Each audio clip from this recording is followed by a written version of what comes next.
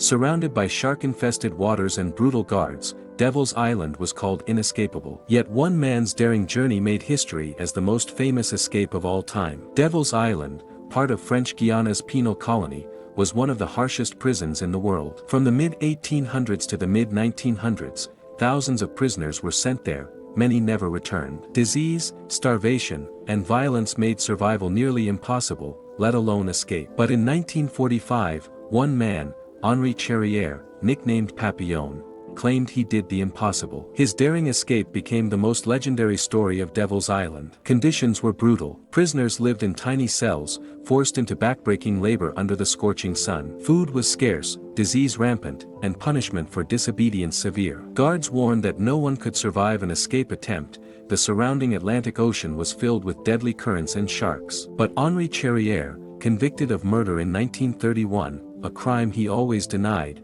refused to give up. He was determined to win back his freedom, no matter the odds. After years of imprisonment, failed escape attempts, and solitary confinement, Charrière finally prepared his boldest plan. In 1945, he fashioned a raft from coconut sacks stuffed with coconuts, which he believed would keep him afloat. On the night of his escape, he launched the raft into the rough waters off Devil's Island. Battling waves, exhaustion, and the threat of sharks, he drifted for days. Against all odds, he eventually reached the Venezuelan coast, weak but alive, and finally free. Years later, Charrière published his memoir, Papillon, in 1969. The book became a worldwide bestseller, recounting not only his escape from Devil's Island but also his earlier years in the French penal colony system. While some historians debate the accuracy of his tale, there is no denying the impact it had. His story inspired the famous 1973 film Papillon starring Steve McQueen and Dustin Hoffman, and a 2017 remake that introduced the legend to a new generation. The escape of Henri Charrière is remembered as the most famous breakout from Devil's Island,